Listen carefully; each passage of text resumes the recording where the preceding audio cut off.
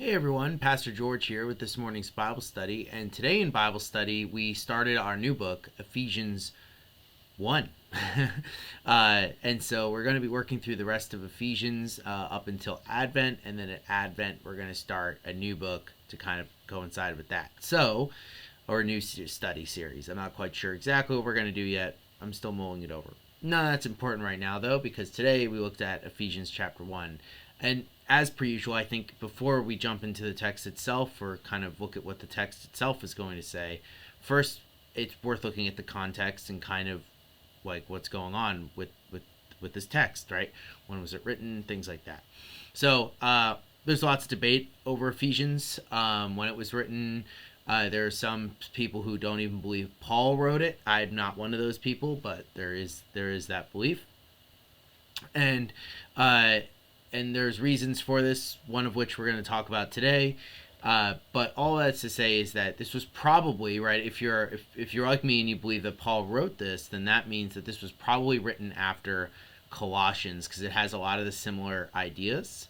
And also written in a time when he hasn't been in Ephesus for a while, because in a lot of his letters, Paul will usually refer to the things that he saw or things like that, but this time he's only heard about the Ephesians, right? He hasn't been to see them. So probably about 5 years after he's been in Ephesus is when he's written this letter.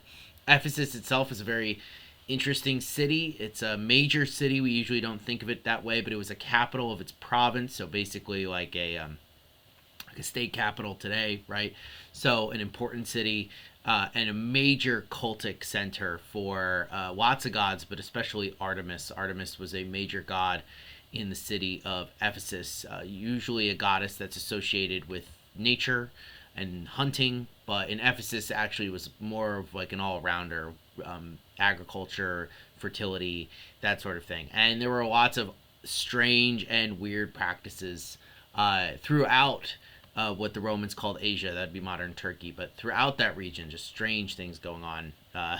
And I think that is in this letter. I think you see it in between the lines that there's this understanding of kind of how Ephesus is working under the under the surface. But anyway, so we go into this book, and immediately one of the interesting things happens when it comes to biblical scholarship.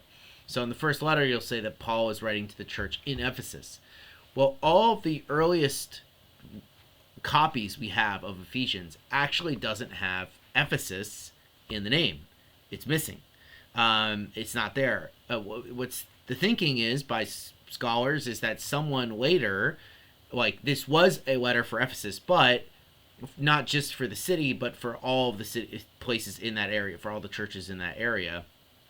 But later, someone went in and put their own the name of Ephesus in there to make it clear that this was the original place that it was sent, and from Ephesus it was distributed everywhere else. It's interesting, right? That this is where biblical scholarship is really interesting, and that's just part of the history of the text, right? Doesn't mean that it's faulty or anything like that, but just that what God did here is preserve this text as a way of reminding us about the context of the time, but also that these letters were for many churches. It's not uncommon for people to do stuff like this. Anyway, the interesting thing about this grammatically is that the majority of this chapter from verses 3 to 14 is one long sentence in Greek. It's one huge sentence, which in Greek you can do. English, not so much, which is why our translations will parse it into different sections and things like that. But I think the important thing that Paul is doing is he lays out this thing, right? Is that this is like very much a treatise, and he's trying to get across the basic kind of understanding of how we view God.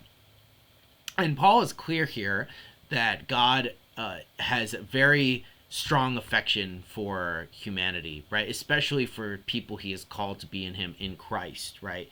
He's chosen us in love. You have this great stuff about how he's there's this predestination, right, that you can't lose God's love, things like that, right? He possesses us. There's things that he's not going to lose us. Paul is really big on that. And also, Paul is clear here that there's not a distinction between Jews and Gentiles. You see this more near the end, near verse 13 and 14. He doesn't say it in so many words, but it's clear that everyone in the church is loved and in possessed by God, right? It's not just some people. It's not just the Jews or just the Gentiles. It's everyone who is in Christ, which is important to note at this time because there were tensions in the early church about this issue. So Paul is very firm on and consistent in his teaching on that issue. And so one of the major things that he ends with, which I think is important, is how he refers to us as Christians. He refers to us as Christians as God's inheritance, right? That we are the ones that he is proud of as his children. A very big claim, right? I mean, we have Christ, right? But the idea here is that the triune God sees us as his full inheritance. And we don't usually think of ourselves as that, right? There's lots of ways that Christians are described in the New Testament: slaves, right? Servants, things like that. But I really think that one of the ways we don't think about ourselves is we don't realize that God sees us as his inheritance. He sees us as his wealth and his joy. And I think that's worth thinking about more as we, work out our faith with fear and trembling, right?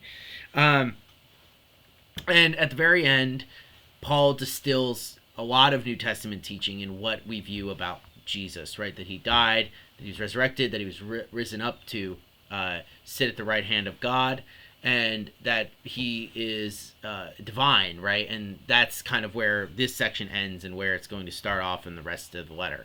But that's the opening to Ephesians, right? Lots of stuff going on here. Very flowery language, as you've probably noticed. It sounds a lot like Paul does in Colossians and in other places. But it's great. It's a wonderful letter. I can't wait to get into it with you guys, and we'll continue it next week. I hope you all have a wonderful rest of your Wednesday, and I will see you tomorrow for a new thing. Peace out.